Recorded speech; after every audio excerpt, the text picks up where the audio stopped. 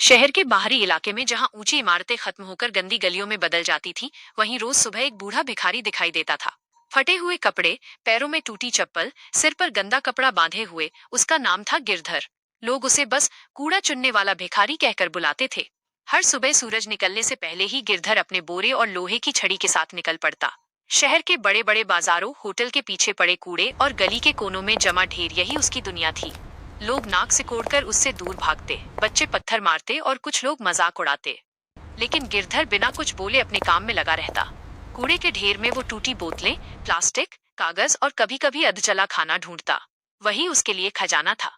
दिन भर की मेहनत के बाद जो पैसे मिलते, उनसे वो सूखी रोटी और चाय पी लेता। बीते दिनों की परछाई। एक दिन बारिश हो रही थी। गिरधर एक पुराने पुल के नीचे बैठा था।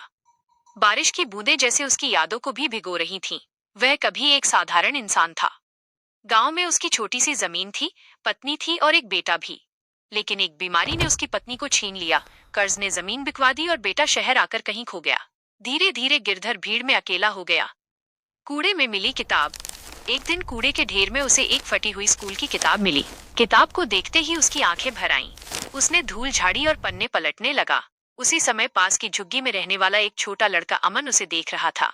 अमन बोला, बाबा, आपको पढ़ना आता है? गिरधर ने धीमी आवाज में कहा, हाँ बेटा, बहुत पहले। उस दिन के बाद अमन रोज गिरधर के पास आने लगा। गिरधर उसे वही किताब पढ़ाने लगा। कूड़े के ढेर के पास बैठकर अक्षर बनते, सपने सजते। लोगों की सोच बदली। धीरे धीरे मोहल्ले के लोग ये सब देखने लगे। जो भिखारी उन्हें बेकार लगता था, वही बच्चों को पढ़ा रहा था। एक समाज सेवी महिला ने गिरधर की कहानी सुनी।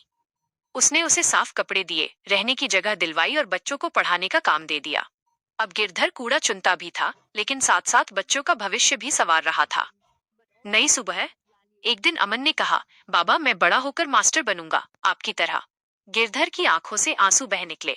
कूड़े के ढेर में भी इंसान की किस्मत बदली जा सकती है, ये उसने खुद साबित कर दिया था। अब लोग उसे भिखारी नहीं कहते थे, वे उसे कहते थे गिरधर मास्टर।